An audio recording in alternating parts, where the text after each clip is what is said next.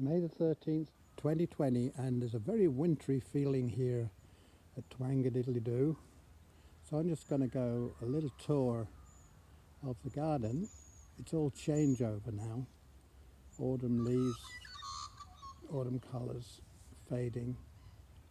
Over here the flower bed was full of dahlias. They were absolutely wonderful. So they've all been cleaned out now. There's the remnants.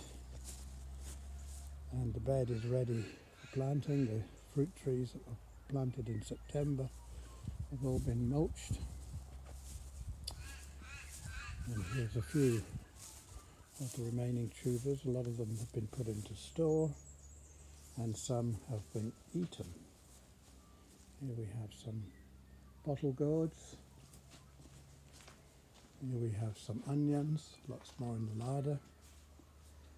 And we'll go into the veggie garden and see just what there is. There's a strawberry patch. There's some broccoli and kale coming up, and these are little leek seedlings. They'll get a bit bigger and then they'll get transplanted, dibbed out. And this bed, this is salsify. I just dug one up. They're quite nice. I've never grown them before. And this one, this here, is Hamburg parsley, and so the root's a bit like a parsnip, and the parsley top of it is just perfect as parsley. Some spinach, perpetual spinach there, and this is celeriac. I hope it's going to form proper bulbs. It looks like it might actually, that one. And some radicchio and some more celeriac. Remnants of the peppers here, they're still producing, no frost to kill them yet. And here we can find a teeny tiny, amongst the weeds, little parsnip seedling. And here the carrots that have been thinned but are ready for weeding again. And this one's a Japanese green, just planted in between the rows. There's some cresses there between the rows, more peppers, a bit of dill, chilli, fennel, late planted. And these ones were sown in early January. And this is one, we'll have it for our tea. And in between the rows I have sown salsify, and it's just coming up, and it'll get the space when the fennel comes out. This is the onion bed, sown 15 days ago. It's been a bit cool, so they are a bit slow, but they have just started to emerge. And you can just see there is tiny little onion seedlings. The bed covered in netting is all brassica, cauliflowers, cabbages, broccoli. And here we have previously sown parsnips. So we've dug one up. Pretty nice they've been. We've been making cakes as well as eating them. The savoury parsnip cake's great. And here's carrots. Pulled one up just to show how good it is. There's a little bunch of them, shoulder to shoulder. 4 different varieties of carrots I grow. That one's an early Nantes. And then we have beetroots here.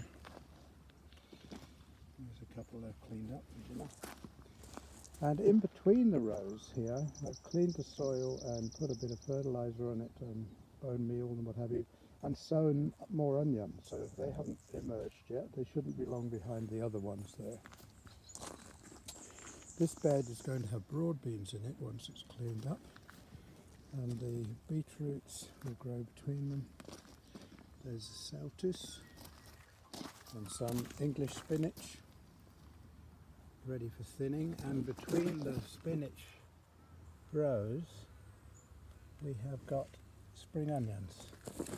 There you can just see, just coming up there. Spring onions, the celtus, broccoli, 2 varieties of turnip. The paler green are the snowball and the darker green are the purple top. You can just see them forming now.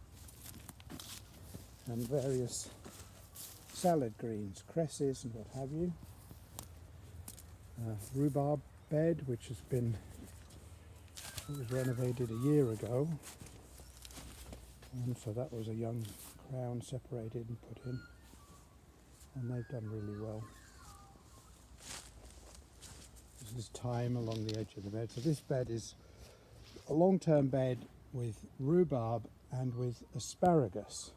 The asparagus has all been cut down, that's it all yellowing there, and interspersed with the asparagus we had leeks. There's 2 left here,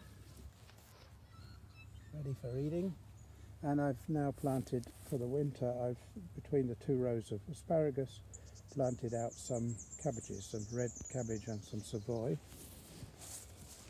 And these are peppers that were planted in between the asparagus. And again, no frost yet, so nice sized peppers. So that's a bit of basil. This was a tomato bed, it's all been cleared. It's going to have peas in it. There's all the remnant material. And this more bottle gourd. So that's pretty much the veggie garden as it is at the moment.